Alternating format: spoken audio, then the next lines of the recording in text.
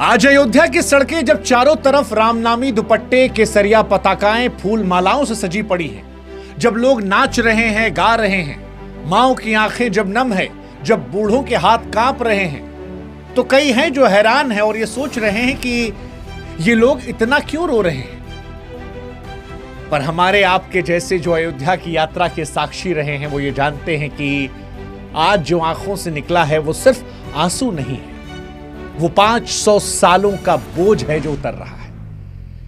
ये वो क्षण है जब अपमान की सारी कालिख धुल रही है। ये वो लम्हा है जब इतिहास ने सर झुकाकर कहा कि मैं हार गया। जीत धर्म की हुई है, न्याय पूरा हुआ है। तब यह एहसास हुआ कि आज जो हम देख रहे हैं ये मंदिर ईंट पत्थर का नहीं, ये विश्वास का है। अयोध्या का राम मंदिर किसी एक पार्टी का नहीं, किसी एक जात, किसी धर्म का नहीं, आज पूरे राष्ट्र का है। ये किसी एक युग का नहीं, सनातन का है।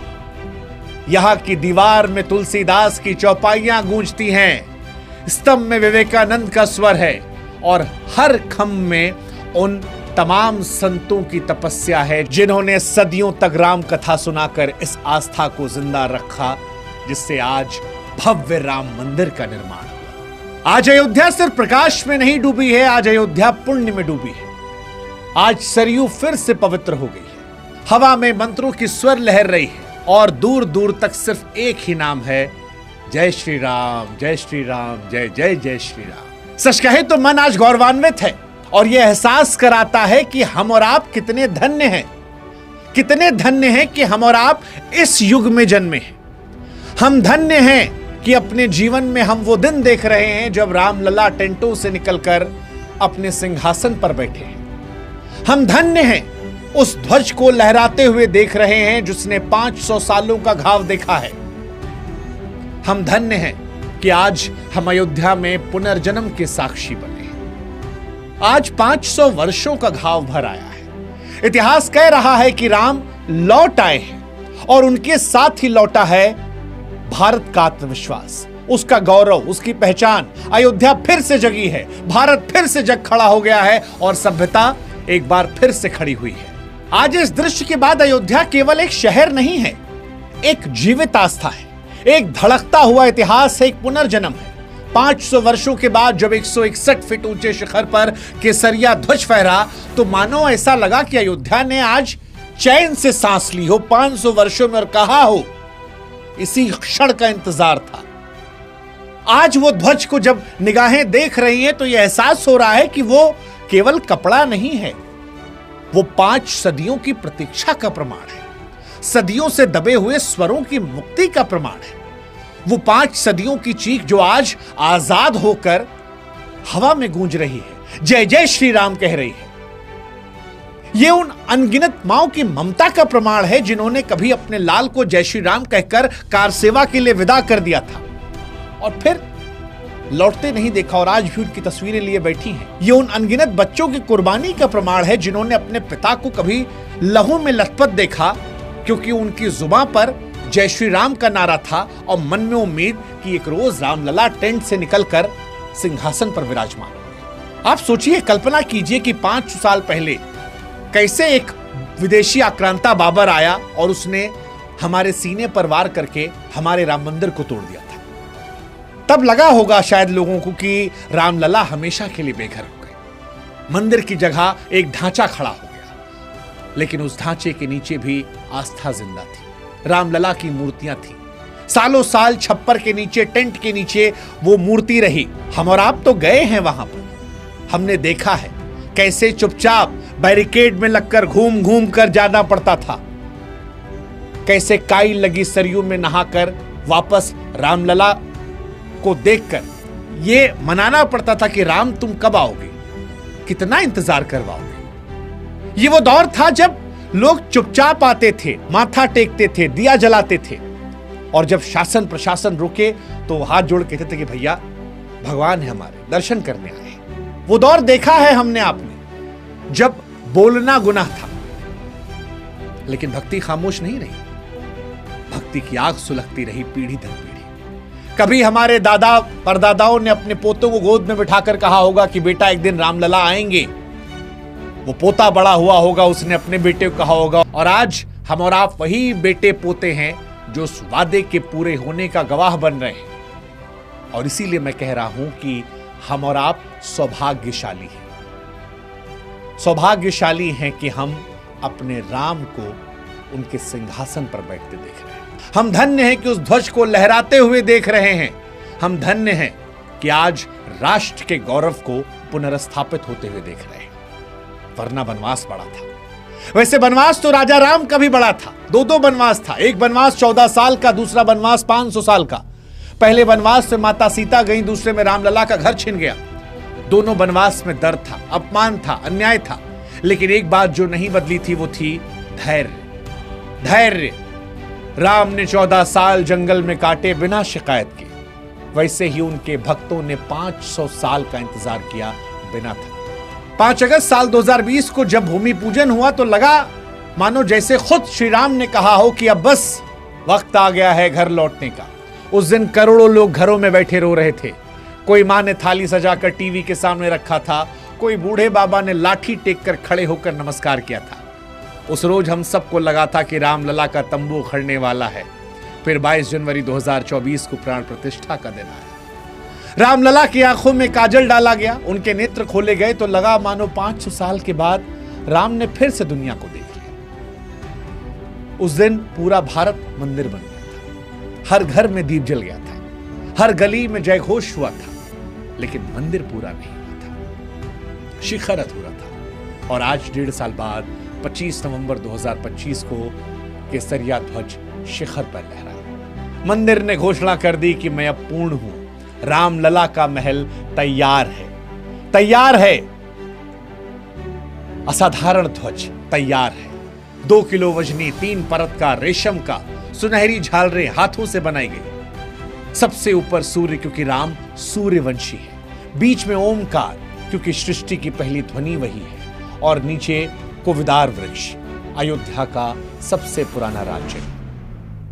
जो नहीं जानते उन्हें बता दें कि जब भरत चित्रकूट गए थे राम को मनाने तो उनके रथ पर यही चिन्ह था। लक्ष्मण ने दूर से देखकर कहा था कि अयोध्या की सेना आ रही है। आज फिर वही चिन्ह लहराया है। फिर वही चिन्ह जब लहराया तो दिल में एहसास हुआ कि मानो भरत फिर से आए, और इस बार राम को लेकर भी आए। कमाल है ना? फहराने का तरीका भी कमाल है। 200 फीट ऊंचा शिखर, जहां कोई इंसान नहीं चढ़ सकता, ऑटोमेटिक सिस्टम है। बटन दबाया, ध्वज हवा को चीरता हुआ ऊपर चला गया। परंपरा पूरी हुई, विज्ञान भी साथ आया। मानो उसने बताया कि यही तो है राम राज्य, यही तो है भारत जो राम को दिल में रखता है और चांद पर तिरंगा फहराता है। और आज इसीलिए जब मंदिर परिसर को हम देख रहे हैं तो आंखें नम हो जा रही हैं। नम हो जा रही हैं ये देखकर कि गर्भगृह में बालराम विराजमान हैं। चारों भाई लक्ष्मण, भरत, शत्रुघ्न और हनुमान जी वहां मौजूद हैं। बाहर शिव जी का मंदिर है, गणेश जी का मंदिर है, सूर्यदेव का मंदिर है, मां अन्नपूर्णा, शेष अवतार, सबके अपने अपने मंदिर है। सप्त मंडप है, विशाल परिक्रमा है, रामायण के दृश्यों वाली नक्काशी है। हर कोना मानो बोल रहा है जैसे मनुष्य का शरीर तब तक पूरा नहीं होता जब तक सिर पर बाल ना हो, वैसे ही मंदिर तब तक पूरा नहीं होता तब तक ध्वज न लहराए। और आज ध्वज लहरा रही है। मंदिर कह रहा है न्याय पूरा हुआ, एक नए दौर की शुरुआत हुई है। अयोध्या आज प्रकाश से नहीं गर्व से चमक रही है। 5 सदियों की लंबी यात्रा। बार बार मैं कह रहा हूं कि कुछ था तो विश्वास भक्तों के मन में, क्योंकि इन 5 सदियों में सत्ता बदली है, सम्राट बदले हैं, साम्राज्य बदले हैं, नक्शे बदले हैं। दुनिया का इतिहास जो है वो बार बार लिखा पोछा गया है, लेकिन कुछ नहीं बदला था तो वो था राम में विश्वास की लौ जो कभी नहीं बुझी। वो लौ जिसे ना रोक सकते थे, ना कुचल सकते थे, ना मिटा सकते थे, ना बुझा सकते थे। दुनिया में तमाम प्राचीन सभ्यताएं आक्रमणकारियों से मिट गई, रक्तपात हुआ, सत्ता की हिंसा विचारधाराओं के दबाव में टूट गई। पर हमारी वो सभ्यता थी जो तलवार से नहीं आदर्शों से बंधी थी, जिसे फतवे से नहीं त्याग ने जीवित रखा था, जिसे साम्राज्य ने नहीं मर्यादा ने बचा कर रखा था। और जब हम मर्यादा कहते हैं तो यहां मर्यादा का अर्थ सिर्फ नियम नहीं है, मर्यादा का अर्थ है संतुलन। वो संतुलन जिसे प्रभु श्री राम ने अपने जीवन से परिभाषित किया था। किशोर अवस्था में राक्षसों से युद्ध, यौवन में वनवास, मित्रता के लिए समुद्र पार प्रतिज्ञा, उस युग की सबसे शक्तिशाली सेना के विरुद्ध अंतिम संघर्ष। राम हर संकट में एक ही चीज लेकर खड़े दिखते रहे, धर्म। सिंहासन नहीं, अधिकार नहीं, केवल धर्म। इसलिए वो केवल सामर्थ्य के देव नहीं, संतुलन के भी देव है। इस संतुलन को, इस विश्वास को, इस आस्था को जीवित रखने के लिए 5 सदियों में अनगिनत चेहरे आए। कुछ दिखाई पड़े, कुछ इतिहास में खो गए। कुछ ऐसे हैं जिनका बलिदान किसी को याद नहीं, कई ऐसे हैं जिनका बलिदान आज मंदिर की हर दीवार में भी गूंज रहा है। आज अयोध्या का शिखर जब आसमान को छू रहा है तो यह केवल निर्णयों का परिणाम नहीं है, यह उन कंधों का बलिदान भी है जो इतिहास की धूल में दब गए लेकिन लड़ाई से कभी पीछे नहीं हटे। और आज जब रामलला के इस भव्य मंदिर को हम और आप देख रहे हैं, आज जब टेंट से निकलकर राजा राम को सिंहासन पर बैठे हुए देख रहे हैं, तो आज याद कीजिए उन बलिदानों को। वो बलिदान जो उस दौर में जब राम का नाम लेना अपराध था, जब राम को काल्पनिक कहा जा रहा था, उस दौर में भी खुशी खुशी बलिदान हो गए। उन माओं को नमन कीजिए जिन्होंने जय श्री राम कहकर अपने बेटों को जाने दिया और फिर कभी नहीं देखा। उन बच्चों को नमन कीजिए, उन परिवार वालों को नमन कीजिए, उन श्रद्धालुओं को नमन कीजिए जो उस दौर में भी आस्था को लेकर, संकल्प को लेकर डटे रहे कि एक रोज राम आएंगे। और इन्हीं में से एक नाम था कोठारी बंधुओं का, शरद और रमेश कोठारी। आज याद कीजिए उन चेहरों को, क्योंकि वो चेहरे इस दृश्य को देख नहीं पाए जो हम और आप देख रहे हैं। हम और आप सौभाग्यशाली लोग हैं। हम इतिहास बनते देख रहे हैं, हम वनवास खत्म होते देख रहे हैं, हम एक नए दौर को देख रहे हैं। शायद उनकी आत्माएं भी देख रही होंगी और याद कर रही होंगी 1990 के उस खूनी दिन को, जब मुलायम सरकार ने गोलियां चलवाई थी कोठारी बंधु रमेश और शरद पर। रामलला के सामने खड़े थे, नारा लगा रहे थे, जय श्री राम, जय श्री राम, जय श्री राम। गोलियां चली, दोनों भाई जमीन पर गिर गए, लाशों को सरयू में फेंक दिया गया। उस लहू ने सरयू को लाल किया था। आज वही लहू मंदिर की नींव में समा है। कोठारी बंधु अगर आज जिंदा होते तो शायद सबसे आगे खड़े होकर रो रहे होते। उनके परिवार वाले जो आज जीवित हैं, वो आज शायद सोच रहे होंगे कि उनके अपनों ने जो सपना देखा था वो पूरा हो गया। हालांकि वो अपने 140 करोड़ भारतीयों के हैं। और सिर्फ कोठारी बंधु नहीं है, हजारों कार सेवक हैं। कोई 16 साल का लड़का, कोई 60 साल का बूढ़ा, कोई खेत से आया था, कोई कॉलेज की छुट्टी लेकर, कोई बेटा था, कोई पिता। किसी का नाम छपा, किसी का नाम गुमनाम रह गया, किसी की तस्वीर दिखी, कोई तस्वीर में आया ही नहीं। लेकिन आज उन तमाम लोगों के लहू मंदिर के हर पत्थर में बोल रहे हैं। जाइए, कान लगाइए उस मंदिर में, आपको सुनाई पड़ेगा उनकी आवाज जिसमें वो कह रहे हैं कि हम तो चले गए पर अपना काम पूरा कर गए। और इसलिए आज तुम ये महसूस करो कि तुम कितने सौभाग्यशाली हो जब अपनी आंखों से उस मंदिर को देखते देख रहे हो, उस ध्वजा को लहराते हुए देख रहे हो। आज न्याय पूरा हुआ। ये उनका साहस, उनका समर्पण, उनकी निष्ठा ही तो थी जिसने अयोध्या की लड़ाई को जिंदा रखा। ये संरचना उनके खून, उनकी आस्था, उनके तर्पण से बनी है। और इसीलिए मैं कह रहा हूं कि यह मंदिर किसी शासन का उपहार नहीं है, किसी सत्ता का निर्णय नहीं है। यह मंदिर संघर्ष का संकलन है। यह मंदिर उन अनदेखे, अनसुने चरित्रों का तप है जिन्होंने सपने में भी रामलला को अधूरा नहीं छोड़ा। इसलिए आज जब केसरिया ध्वज फहराया गया तो कई लोगों की आंखों में सिर्फ खुशी नहीं बल्कि भाव विहलता थी। ये वो पल था जब 5 सदियों का दर्द, संघर्ष, अपमान सबका पतन हो गया और केवल एक वाक्य हवा में गूंजा, हुई है सोई जो राम रचना खा।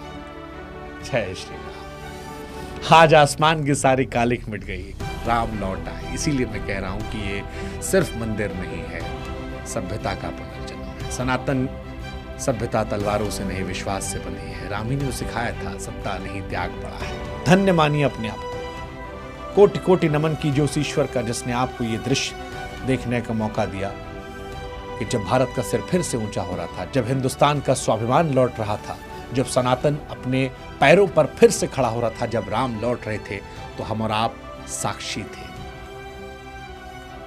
आज सिर्फ राम नहीं लौटे हैं, हमारा गौरव, हमारी पहचान, हमारा आत्मविश्वास लौटा है। अयोध्या फिर से गा रही है, भारत फिर से जाग उठा है, सभ्यता फिर से मुस्कुरा रही है। और इसीलिए आज हम कहेंगे जय श्री राम, जय श्री राम, जय जय जय श्री राम।